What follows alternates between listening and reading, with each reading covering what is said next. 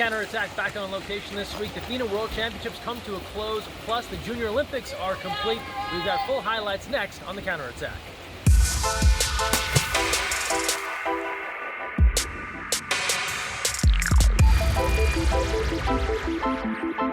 Hey everyone, Greg Meskel here. Thanks for joining us on the Counterattack here in Gwangju, South Korea. The FINA World Championships are complete. The USA women went for gold. Their attempt at a third straight title. Plus, we get you caught up on how the men finished. But first, we have to look back at Session 2 of the 2019 Junior Olympics. Here's how the largest water polo tournament in the world came to a close this past Sunday. We start first, 10U girls taking it back to Thursday night, La Marinda and 680. La Marinda takes the early lead when Grayson Menard finds the back of the net, 1-0 there in front. La Marinda is awarded a 5-meter, and Lily Trapanese capitalizes. They go up 4-1. Swan back in the fourth, racing against the defender to get the ball, then goes spin move, that's good. 680 comes within 2 at 4-2. With just moments remaining in the game, Kendall Lee of La Marinda gets her team's 5th goal of the match.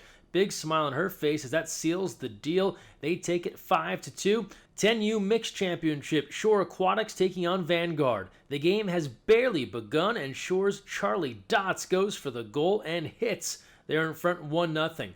Each goalie opens the third with a save, then Dot finds himself with a clear shot, then he finds himself with a goal, 3-0. Vanguard attempts a cross-cage shot, but Crichton is there for the takedown. Then Crichton's back with a steal on Vanguard's next possession, and that seals this one. Shore takes it 3-1 in the low-scoring affair. 12U Mixed Division, San Diego Shore's Davis going for gold. This one came down to the end. A close game in the first and second periods find the match tied 4-3 with San Diego leading the scoring.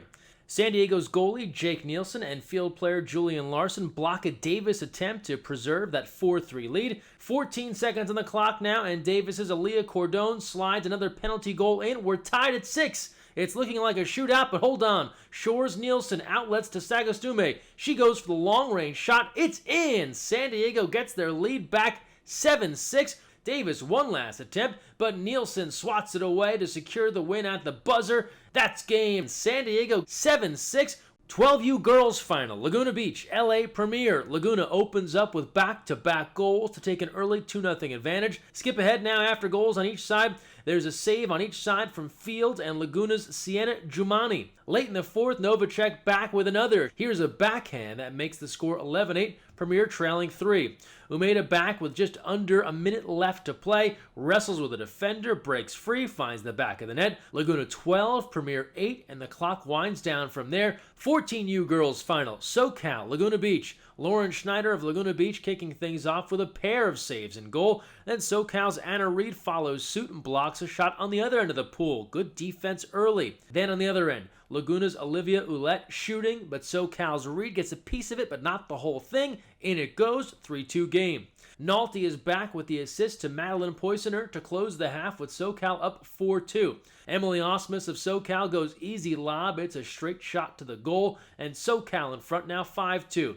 One last Laguna attempt is stopped by Reed. She hangs onto the ball after that final buzzer. 16U girls final, Set and Rose Bowl early on. Set's Lane Harrigan getting things going with a huge save. Then shortly after, her teammate goes bar down. Set on the board, 1-0. Then more goalie action as Chiang comes out of the cage for the 7-on-6 opportunity and hits with just moments to go in the half. It's a 5-3 game.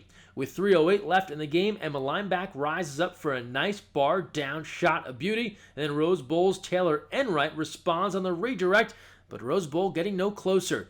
Set takes the 16U title with a 10-5 win. 18U girls final, 680 and SoCal. This one a classic. SoCal wasting no time getting on the board when Malia Allen puts one away. Then Nina Flynn is quick to respond for 680. We're tied at 1. Jenna Flynn is back with the second goal of the contest. 6-4 the score in favor of SoCal. Later in the third, Blackwell keeps another SoCal attempt out, then Jenna Flynn wrestling to break free to sink the lob. 680 has their first lead of the game, 7-6 as they've battled all the way back. And then finally, with just 2 seconds left to go, 680 ahead 10-9. SoCal attempts to score, Blackwell there for the stop, but Brooke Banta is ready for the rebound as SoCal connects. They brought up the goalie on the 7-on-6 try. One last possession for 680 finds Blackwell passing to a teammate, but no dice will end in regulation tied at 10, headed to a shootout. Both teams hit their first shots, then after 680's Jenna Flynn gets one back, her teammate Blackwell gets the first stop in the shootout. It's now 680-12, SoCal 11. Then Cecily Turner steps up and hits a huge goal for the NorCal team, and they win it. They've done it 15-13, 680. The 2019-18 U Girls JO champs. And now we turn to the action here right behind me in Gwangju, South Korea at the FINA World Championships. The USA women went for their third straight FINA World Championship title, taking on one of their longest rivals in Spain. Plus, the USA men wrapped up with a very strong finish in the 9th place match. Let's get you caught up on all the results from here in South Korea. You know the results by now. USA women world champions again. History-making performance in South Korea. They defeat Spain 11-6 to claim their third straight title, the 6th FINA World Championship in program history. No men's or women's program has ever won 3 in a row. Until now, Team USA went undefeated in Gwangju, defeating longtime rival Australia in the semifinals. Kylie Nuschel, 3 goals in the victory. Ashley Johnson named most valuable player of the tournament, a stellar run in cage. Post-game, we caught up with Adam Krikorian, the head coach, plus Melissa Seidemann and Rachel Fatal, talking about yet another gold medal for Team USA as the dynasty continues.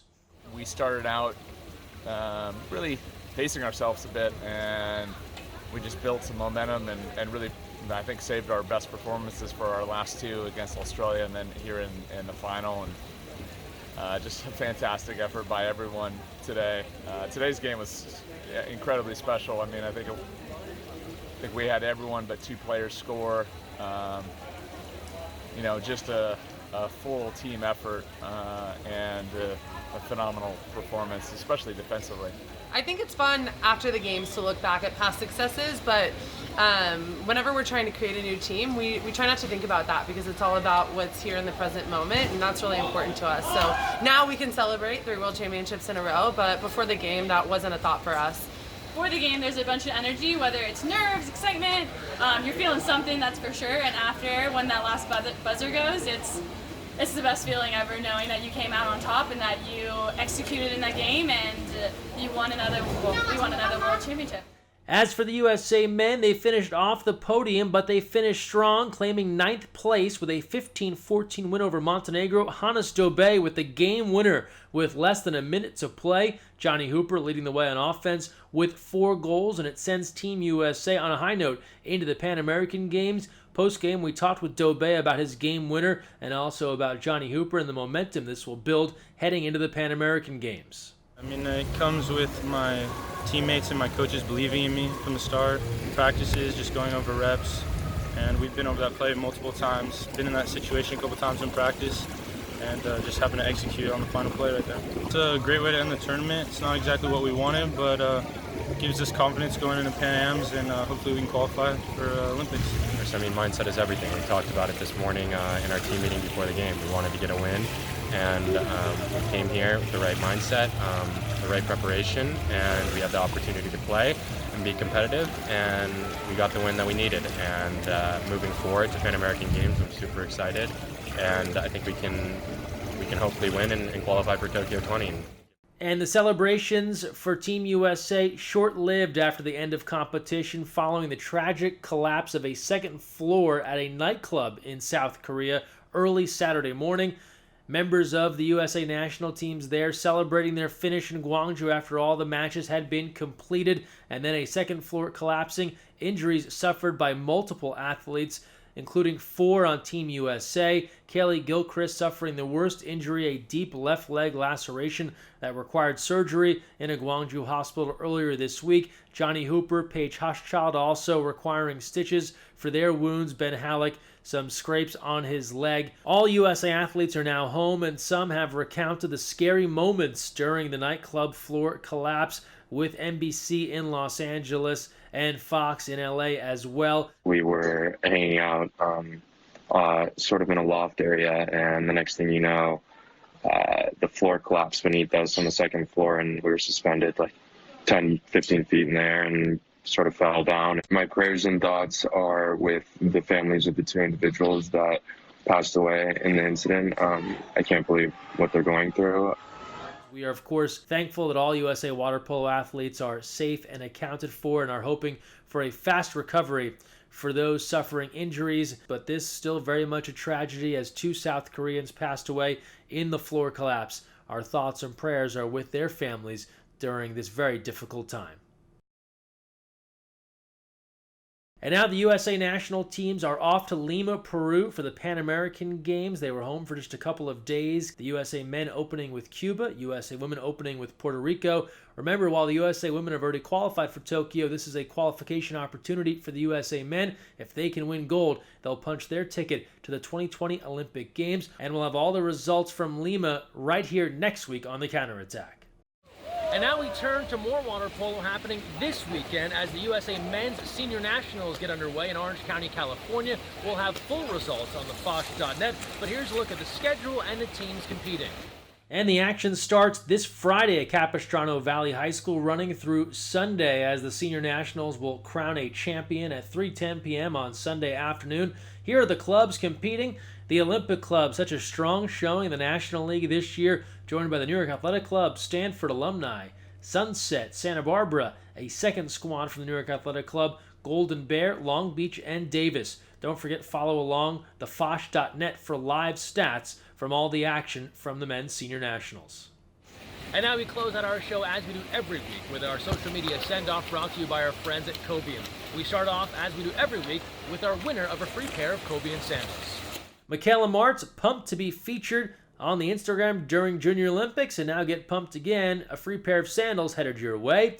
And now we go back to South Korea. Coach Adam Krikorian putting things in perspective following the tragedy in Gwangju. And on a positive note, now back to the Junior Olympics. Chris Ramsey summing things up as the world's largest water polo tournament comes to a close. Zach Lowe, he's got love for water polo, and Tony Azevedo running into the 5-time Olympian abroad. Sarah Spain hyped for Team USA's big win, sharing this on her Twitter account. And Team USA's Twitter account following suit. Champions, there it is. Shieldy, always a big hit at JOs. Sometimes you just want to make your own Shieldy. Check out this post from Coach Kirk Everest. Juanita loving her Junior Olympics experience. Thunder Polo from Texas did a great job sharing their JO experience using the hashtag 2019JOs. Check this out. Check out this amazing photo from Olympus Aquatics. Almost feels photoshopped. Rainbow coming in, ball taking flight. Great stuff there. And then Huntington Beach Water Polo Club. The parents have the fat heads of their kids about to play the game. Love the support from the moms and dads there cheering on Huntington Beach Water Polo. So there it is, some of the best water polo on the internet this week. Thanks for all your submissions, whether they were from the JOs or from the World Championships. We appreciate it. Keep it coming. Tag us at USAWP.